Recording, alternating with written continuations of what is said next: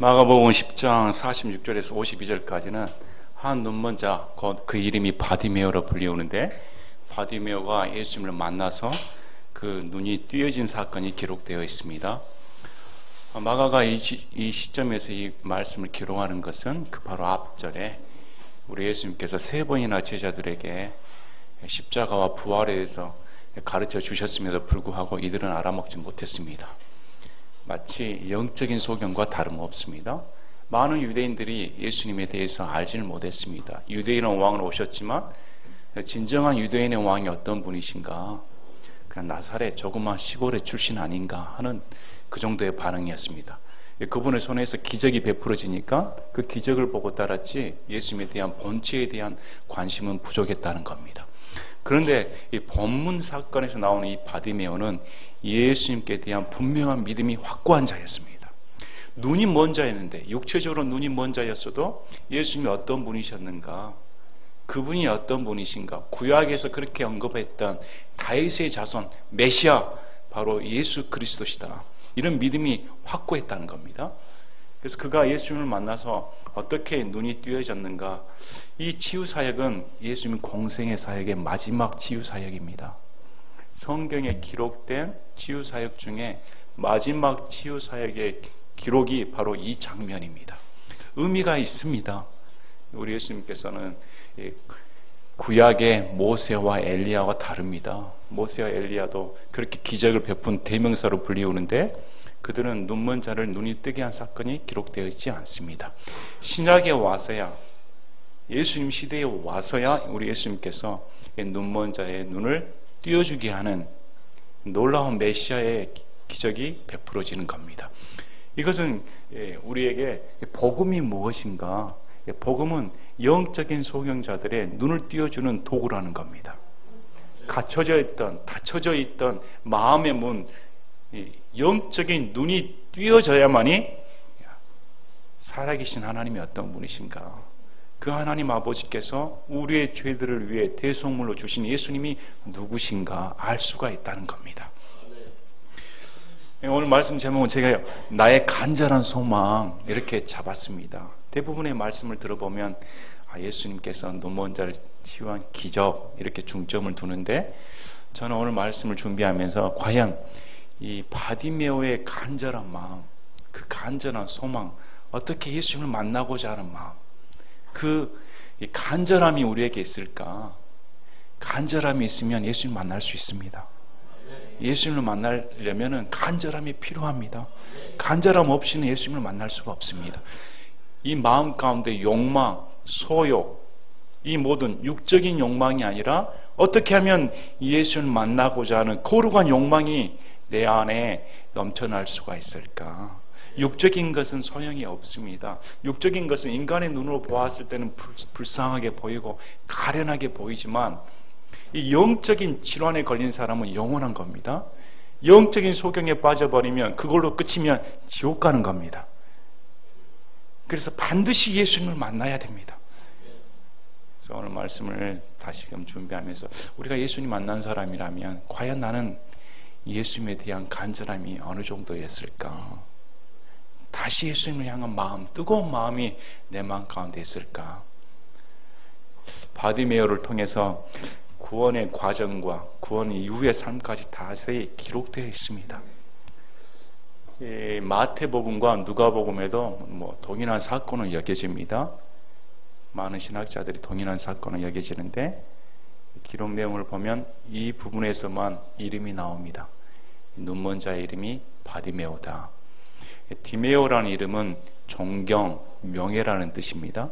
아버지 이름이 디메오입니다. 아버지 이름이 존경, 명예, 바가 붙으니까 이 디메오의 아들이다 해서 바디메오 이렇게 일컬어집니다. 누구의 아들이다 하는 이름입니다. 이름이 일컬어진 걸 보면 이 사람은 유명한 사람이었습니다. 아마 유명한 집안이었을지도 모릅니다. 익히 알려진 사람이라는 겁니다. 아버지 이름이 명예고 존경인데 지금 이 사람은 거지입니다. 아들은 거지입니다. 아버지의 이름이 명성에 걸맞지 않게 자신의 인생은 비참한 지경에 빠져 있었던 겁니다. 이 비참한 인생이 예수님을 만나서 인생이 역전되는 거였습니다. 우리가 과연 우리는 비참하지 않을까? 과연 우리는 어떤 점에서 바디메오와 닮은 점이 있을까? 한번 말씀을 보시면서 과연 그 지점에 내가 있었더라면, 그 상황 가운데 내가 큰 길가에 앉아 그런 거린처럼 구걸하는 자였더라면, 예수님이 지나가실 때 나라면 어떻게 했을까? 나라면 어떤 반응을 보였을까? 생각해보는 시간이 되셨으면 합니다. 46절에 그들이 여리고에 이르니라. 여리고는 신약에서 몇 차례 언급이 됩니다.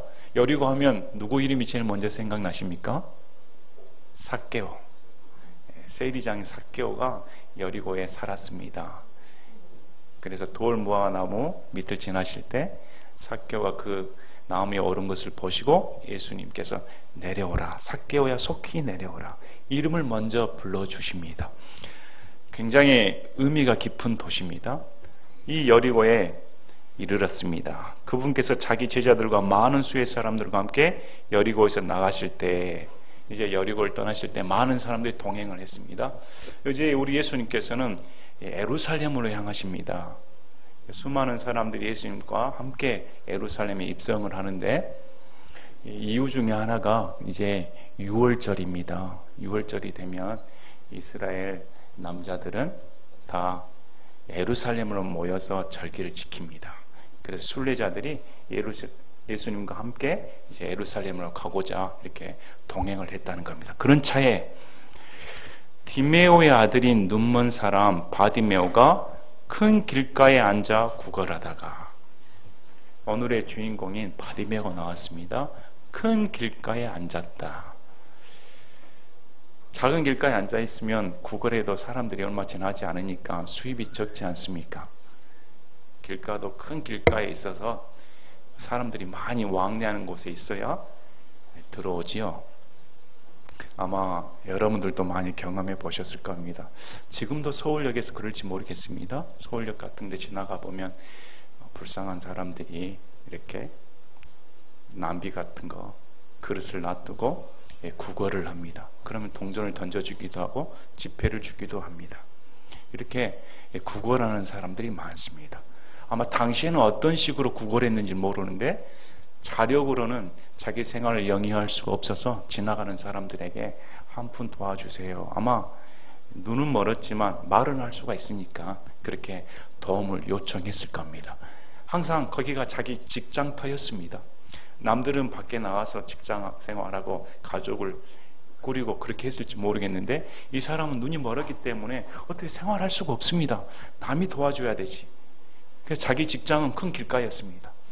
그날도 다른 사람에게 도움을 받고자 똑같은 날의 반복이었습니다. 앉아 있었는데 뭔가 달랐습니다.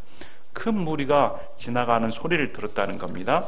누가복음에 보면 그분께서 여리고에 가까이 오셨을 때 어떤 눈먼 사람이 길가에 앉아 구걸하다가 무리가 지나가는 것을 듣고 그것이 무엇을 뜻하는지 물으매, 눈이 먼 사람들은 귀가 잘 발달되어 있습니다. 아마 동전 소리까지 다 듣지 않았을까? 하나를 던졌을까? 두 개를 던졌을까? 금방 또 소리가 안 나면 이건 지폐겠다. 소리에 민감한 사람입니다. 소리에 민감했는데 웅성웅성하는 소리가, 큰 무리의 소리가 들렸습니다. 여느 날과 다르구나. 왜 이렇게 사람들이 많이 모였을까? 궁금해서 지나간 사람에게 물어봤습니다. 왜 이렇게 사람이 많이 모여서 웅성웅성합니까? 했더니 그 무리가 그에게 나사렛 예수님께서 지나가신다.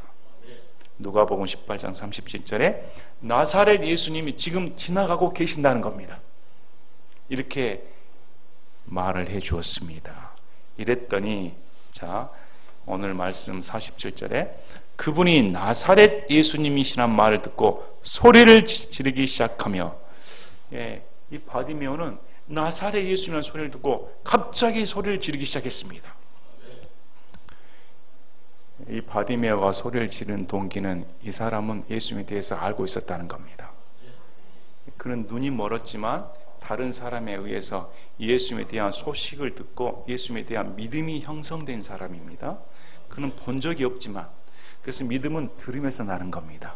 자꾸 복음을 들어야 믿음이 형성이 되는 겁니다. 꼭 눈이 띄어지고 성경을 봐서 믿음이 형성이 되는 건 아닙니다. 들어야 되는 겁니다. 복음을 듣고 말씀을 보고 그래야 할 때 이 바디메오처럼 믿음이 형성되었습니다. 여러분 한번 생각해 보시길 바랍니다. 수많은 사람들이 예수님을 따라갔는데, 나사렛 예수님이라는 소식을 듣고 따라갔는데 바디메오 같은 믿음은 없었다는 겁니다. 얼마나 많은 사람들이 예수님께 구걸했을까요? 여러분 인도 한번 가보셨습니까? 인도 한번 가보면, 도착을 하면 저도 가본 적이 없습니다. 그러나 소식을 들어보면, 또 저희 형님께서 자주 다니셔서 말을 들어보면 내리자마자 수많은 아이들이 우르르 몰려들어서 손을 내밉니다. 먹을 거 달라, 돈 달라. 수많은 사람들이 모여듭니다. 예수님이 있을 때 어떤 일이 벌어졌을까? 거린이 이 한 사람뿐이었겠습니까? 도와달라는 사람이 이 한 사람뿐이었겠습니까? 우리가 예측할 수 있는 것은 아마 많은 사람들이 도움을 요청하고 병든 사람은 한두 명이었겠습니까? 서로 만져보려고 어떻게 하면 예수님과 가까이 가볼까 웅성웅성 됐을 겁니다. 그러나 나사렛 예수님이라는 소리를 듣고 소리 지른 사람은 이 사람뿐이었다는 겁니다. 이 바디메오가 왜 소리를 질렀을까? 자, 성경에서는 그리스도가 나사렛 사람으로 불린다고 적혀져 있습니다. 마태복음 2장 23절에 나사렛이라는 도시로 가서 거하니 이것은 대언자들을 통해 말씀하신 바 그가 나사렛 사람이라 불리리라 함을 성취하려 합니다.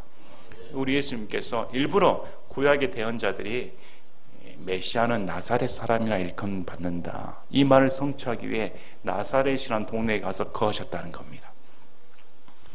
요한복음 19장 19절 20절, 빌라도가 명패를 써서 십자가 위에 붙였는데 거기에 글은 유대인들의 왕 나사렛 예수라 하더라. 빌라도가 예수님의 죄목에 대해서 적혔습니다. 예수님의 이름입니다. 예수님이 이런 죄를 저질렀다 해서 명패가 있는데 그 명패 이름이 유대인들의 왕 나사렛 예수라는 겁니다.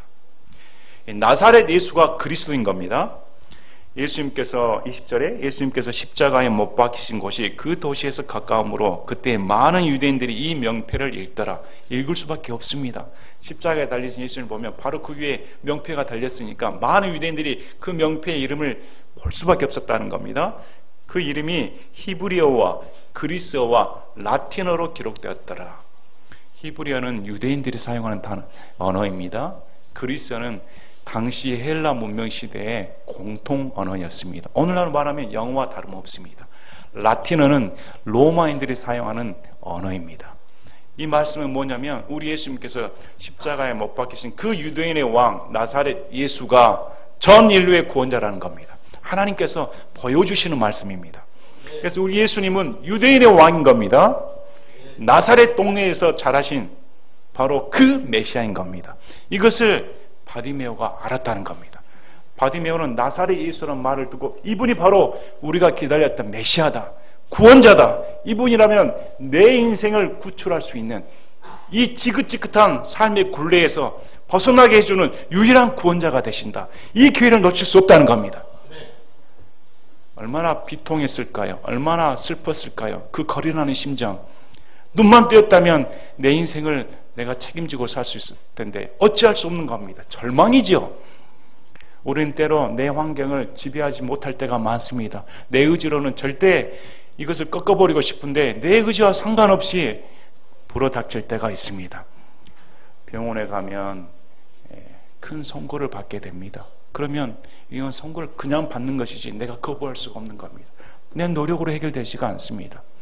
어떤 사람은 가정 환경 때문에 도피하고 싶은데, 불우한 환경을 차버리고 싶은데, 가족 관계 때문에, 어떤 사람은 자신의 마음 때문에 내 마음이 내 마음대로 되지 않는다는 겁니다.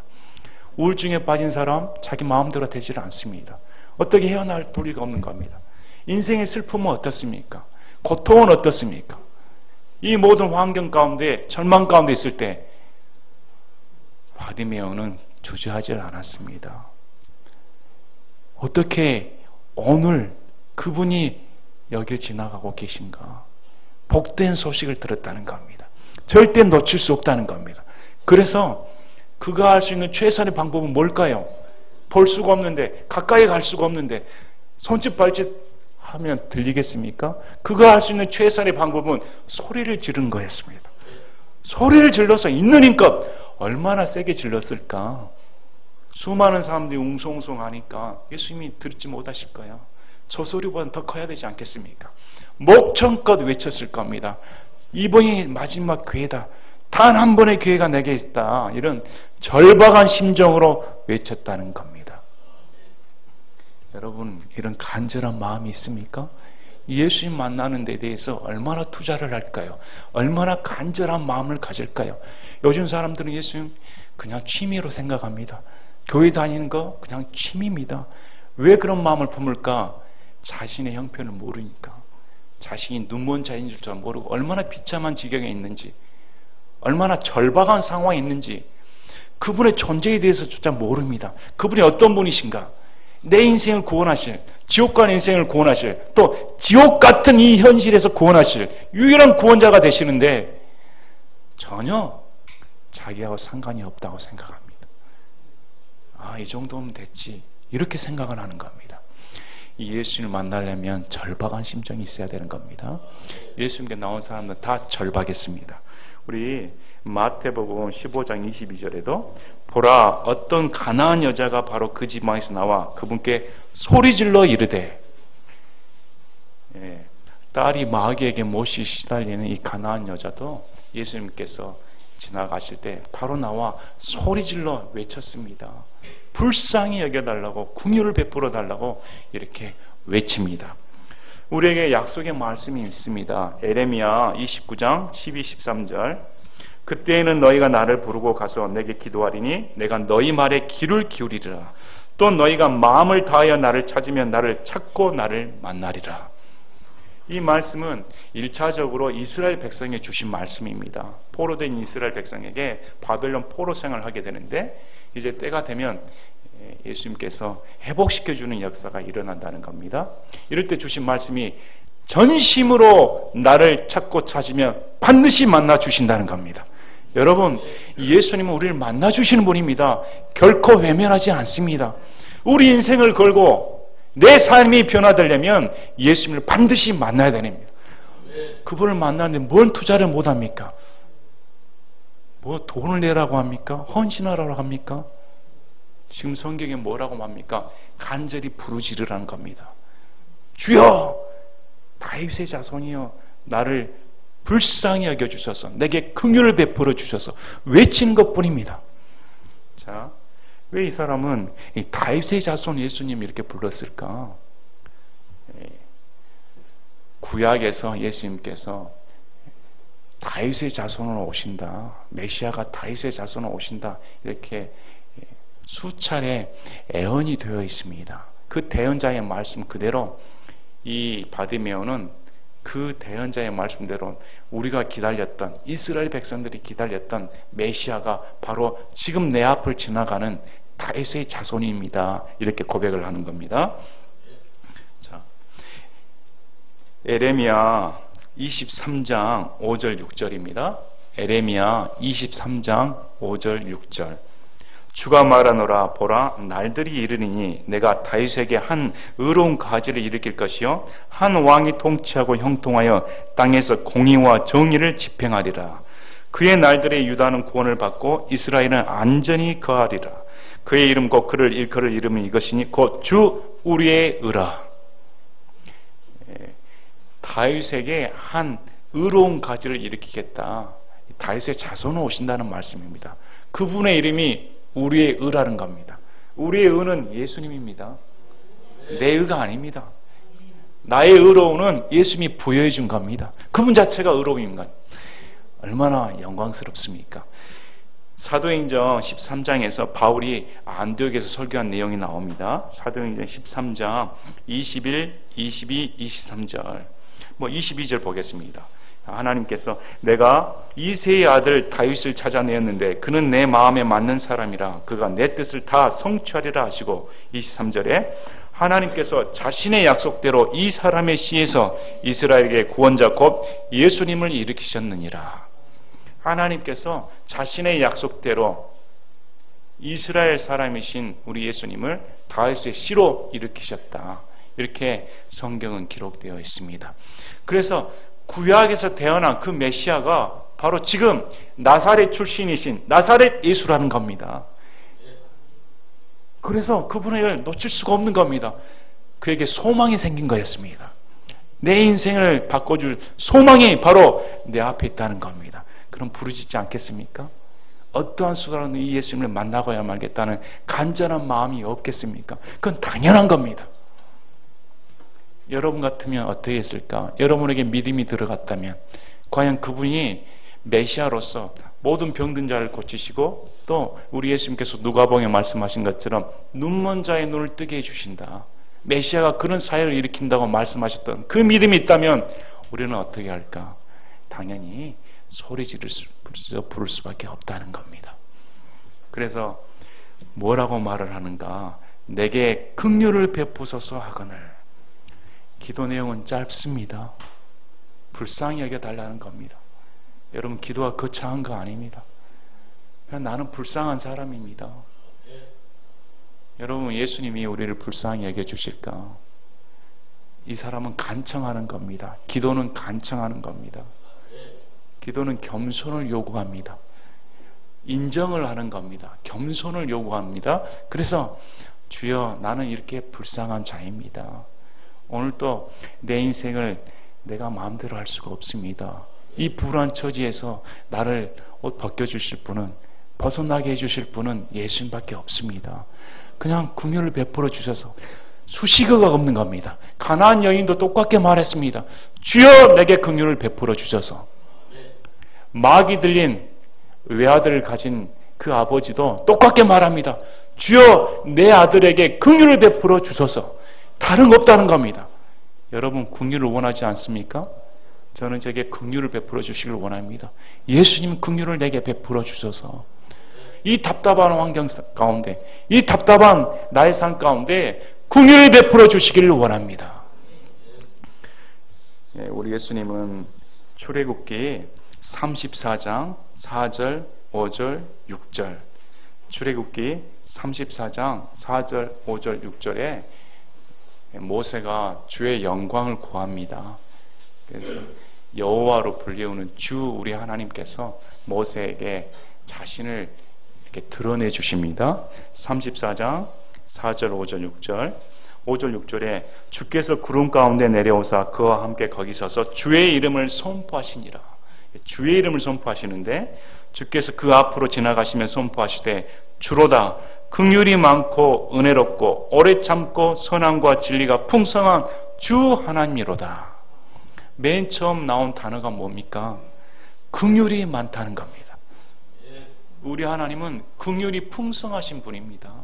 긍휼을 베풀기를 원하시는 분입니다. 하나님 앞에서 인생이 강구한 것이 뭘까요? 하나님 앞에서 인생이 자랑할 것이 무엇이겠습니까? 어떤 인생이든 불쌍한 존재인 겁니다. 아무리 왕이라 할지라도 저 밑에 거지까지 빈부귀천을 물어나고 하나님 앞에서는 긍휼을 받을 존재밖에 안 되는 겁니다. 우리 하나님께서 내가 긍휼이 많은 하나님이다. 은혜롭고 오래 참고 선함과 진리가 풍성한 주 하나님이다. 이걸 알라는 겁니다. 그래서 바디메오는 이 믿음이 있었기 때문에 그분은 내게 긍휼을 베푸시는 분이다. 그분은 지나가시는 분이 아니다. 그래서 긍휼을 베푸소서 이렇게 외쳤다는 겁니다. 자, 그런데 48절에 장애물이 생겼습니다. 많은 사람들이 그에게 명하여 그가 잠잠하게 하였으나 소리 지르지 마. 지금 예수님 사역에 방해가 되잖아. 잠잠하고 있어. 아픈 사람이 너뿐인 줄 알아? 우리 예수님 사역하고 계시는데 이제 우리 예수님은 예루살렘으로 가셔야 됩니다. 괜히 소리 질러서 다른 사람들이 은혜 받는 거 방해하지 말아라. 잠잠해라. 제재를 시켰다는 겁니다. 신앙은 잠잠한 것이 아닙니다. 또 신앙은 자학하는 것이 아닙니다. 어떤 사람은 겸손을 자기 모습을 보고 하나님께 나오지 못하는 것을 겸손으로 생각하는 사람이 있습니다. 그건 교만입니다. 교만은 자기에게 초점을 두기 때문에, 겸손은 예수님께 초점을 두는 겁니다. 자기 형편을 보지를 않습니다. 자학하지 않습니다. 그 자리에 주저앉지 않습니다. 그 자리에 주저앉아서 그래, 나란 일생을 예수님께서 만나주시겠어. 소리 질러봤자 수많은 사람들이 있는데 난 냄새나는 사람이야. 난 눈이 보이지 않아서 다른 사람에게 도움을 받아야 돼. 누가 나 같은 사람에게 관심을 가져주겠어. 예수님 곁에서는 명성 있는 사람 많을 거야. 깨끗하고 차린 사람 많을 거야. 물질적으로도 예수님 도와준 사람 많을 거야. 나는 한 것이 없어. 그래, 잠잠해야지. 소리 질러봤자 나에게 관심을 줄까? 이것은 믿음이 아닌 겁니다. 믿음은 예수님께 매달리는 겁니다. 우리 예수님께서도 말씀하셨습니다. 기도하되 낙심치 말고 기도하라는 겁니다. 꾸준하게 기도하라는 겁니다. 한 번 들어주시 않는다 해서 낙심하면 안 된다. 반드시 그분은 들어주시니까 낙심하지 말라는 겁니다. 이 말씀 그대로 이 사람은 그냥 소리 지르는 거 아닙니다. 더 크게 질러버립니다. 더 소리 질러서 아마 이런 마음이 들었을 겁니다. 내 소리가 적어서 지금 내가 제재를 당하는 거구나. 더 크게 소리 질러서 예수님께 직접 들리도록 목소리를 내야겠다. 여러분, 기도를 이렇게 하신 적이 있습니까? 과연 간절한 기도를 드린 적이 있습니까? 간절하게 예수님께 기도를 드려서 그분이 과연 들어주신다는 마음이 있습니까? 소망이 있습니까? 소망이 있는 자가 부르짖는 겁니까? 절망 가운데 빠진 자가 부르짖는 겁니다. 그래야 할 때 예수님께서 멈추어 서셨다. 성경에서는 참 감동적인 장면이 나옵니다. 우리는 말씀을 볼 때 그냥 넘어가 버릴까 하는데 예수님의 발걸음에 대해서 한번 생각해 보셔야 됩니다. 예수님은 이제 십자가에 못 박히시기 위해 예루살렘으로 향하고 가시는 발걸음입니다. 사형수의 발걸음 아시죠? 사형이 집행된다 하면 그 거리가 모르겠습니다. 사형이 집행될 때까지 3, 40m, 50m 어느 정도 미터인지는 모르는데 사형수 발걸음을 떼기가 한 걸음 한 걸음 아예 발걸음을 떼놓지 않는답니다. 이제 마지막이니까 그 발걸음이 너무 무거워서 얼마나 무거울까? 예수님의 발걸음은 어떨까요? 우리 예수님은 십자가에 달리신 것을 기쁨으로 여기셨습니다. 자발적으로 여기셨습니다. 그렇지 않으면 인류가 구원을 받을 수가 없으니까 무거운 형벌, 무거운 죄짐을 담당하셔야 되는데 그 마음 어땠을까? 그 마음 어땠는데 멈춰 설 수가 있을까? 과연 그런 큰 짐, 큰 사명을 받으신 분이 지금 저기 관심조차 두지 않았던 길가에 앉아서 소리 짓는 그 목소리에 귀를 기울일 수가 있을까?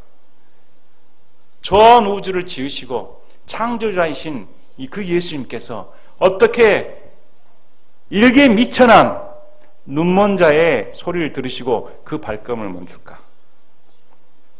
멈췄을 수가 있을까?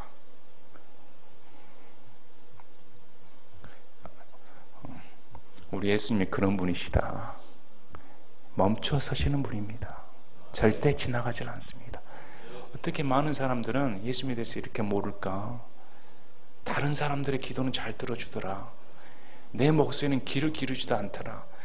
그분 나에게 관심조차 두지 않더라. 어떻게 이런 마음을 품을까? 한 사람을 위해 멈춰 서십니다.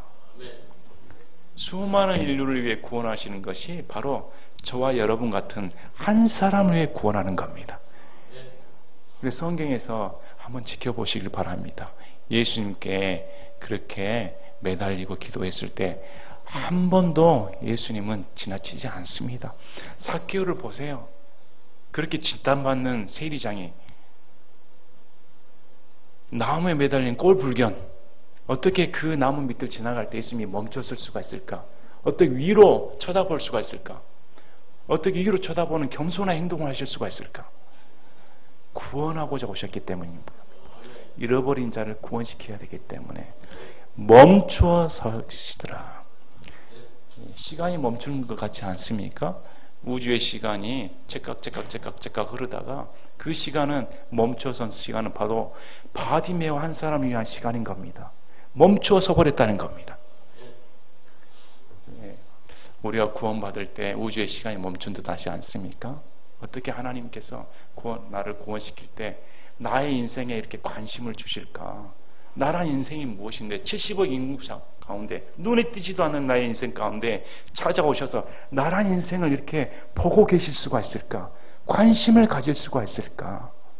놀라운 일인 겁니다. 그를 부르라고 명령했습니다. 데려오라는 겁니다. 많은 사람들은 제재해서 좀 멀리 가라. 예수님의 발걸음에 방해가 된다. 그러나 우리 예수님은 데려오라는 겁니다. 자, 그에게 이르되 안심하고 일어나라. 그분께서 너를 부르신다 하며 50절에 그의 믿음의 반응이 보입니다. 지금 이 사람은 고침받은 사람이 아닙니다. 고침받은 사람이 아닌데 이 사람의 행동을 보시길 바랍니다. 자기 옷을 내버리고 일어나 예수님께 나오거늘 이미 고침받은 걸 확신했다는 겁니다. 이미 예수님께서 멈춰 서시는 순간 내 기도의 목소리를 들으시는 건 이거 응답받았다. 옷을 내버렸다는 겁니다. 당시 옷은 재산 목록이 속합니다. 옷은 귀한 겁니다. 이 사람에게 무슨 재산이 있었겠습니까? 이 사람이 걸치는 것은 옷밖에 없었습니다. 옷이라도 한 벌 있는 것이 자기의 생계 수단이었습니다. 근데 옷을 내버렸다. 거추장거 버려버렸다는 겁니다. 그분을 따르는데 자기의 곧 걸림돌이 되는 것, 신분을 상징하는 것, 이런 것은 버려버리고 이제 예수님 만나면 내 인생이 변화된다는 겁니다. 확신했다는 겁니다. 여러분 이런 예수님 믿으시길 바랍니다. 이런 믿음 가지시길 바랍니다. 그리고 직접 예수님께 나왔다. 그 나왔을 때 그 발걸음 어땠을까? 이제 들으셨다. 내 인생에 예수님 만나면 나에게 소망이 생겼다. 메시아가 나를 부른다. 바로 달려갔을 겁니다. 그럴 때 51절에 예수님께서 그에게 응답하여 이르시되 내가 내게 무엇을 해주기 원하느냐 하시니, 자, 우리 예수님께서는 그냥 고쳐주시지 않습니다. 여기에 예수님의 치유사역이 독특한 면이 있는 겁니다. 오늘날 많은 이교도들은 주술적인 체험을 합니다. 주술적인 체험은 인격적인 체험이 아닌 겁니다. 그래서 공을 들여서 고침을 받는다고 합니다. 또 고침받았다고 많은 이단들 보시길 바랍니다. 기적을 선전을 합니다. 그러나 예수님의 기적은 인격적인 교제 속에 있는 겁니다. 우리 예수님께서 고치실 때는 대화를 합니다. 그리고 손을 만지십니다. 접촉이 있어야 되는 겁니다. 왜 그렇습니까? 예수님의 삶 가운데 초청해 주는 겁니다. 예수님께서 이 사람의 고통을 모를까요? 눈먼 사람의 눈 뜨는 것이 가장 큰 소원인 것을 왜 모르시겠습니까? 그러나 대화를 했다는 것은 나와 인격적인 교제를 나누자는 겁니다. 예수님 믿는 것은 예수님과 교제를 나누는 겁니다. 내가 내게 무엇을 해주기 원하느냐, 동참하라는 겁니다. 바디모의 입장에서는 아마 큰 감격이었을 겁니다. 어떻게 메시아이신 그분이 감히 그 곁에 갈 수 없는 그 놀라운 분이 내게 말을 걸을 수가 있을까? 세상의 왕이 천한 사람을 불러서 뭘 해주기 원하느냐 이렇게 물었다면 그 천한 사람은 어떤 감격을 누릴까요? 어떻게 나에게 왕이 건네줄 수가 있을까? 그걸 위해 예수님께서 말씀하신 겁니다. 뭘 해주길 원하냐? 그랬더니 당연히 이 눈먼 사람은 눈이 띄어지길 원합니다. 여러분, 눈먼 사람이 눈이 띄어지는 것은 당연하지 않습니까? 거기에 뭐 돈을 구하겠습니까?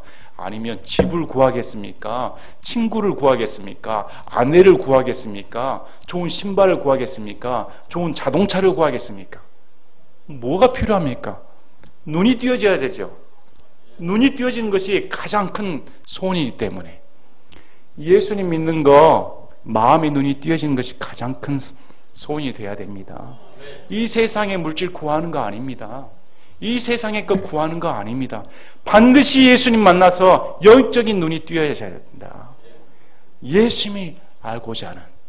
그래서 보시기 바랍니다. 예수님께서 그 눈먼 사람에게 바로 고침의 역사가 일어납니다. 누가복음 18장 43절에 그가 즉시 시력을 받고 이렇게 나옵니다. 52절에 보면 예수님께서 그에게 이르시되 내 길로 가라 내 믿음이 너를 온전하게 하였느냐 하시니 그가 즉시 시력을 받고, 즉시 시력을 받게 됩니다. 고침을 받는 사건이 기록되어 있습니다. 자, 예수님 만나서 이 사람은 시력을 받게 되었습니다. 시력을 받았을 때 그의 눈에 제일 처음 들어온 장면은 무엇이었을까요?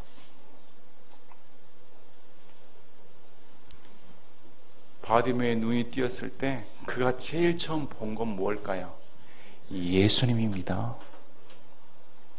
예수님입니다. 여러분 예수님 보고 싶지 않습니까? 정말 그분을 보고 싶습니다. 정말 그분이 빨리 오셔서 나의 주님이시구나. 정말 그분을 내 눈으로 직접 목도하고 싶습니다. 내 시대에 그런 일이 벌어지면 얼마나 좋을까. 내가 그토록 고대하는 예수님을 내 눈으로 보게 되었다면. 바디메오는 믿음이 있는 사람이었습니다.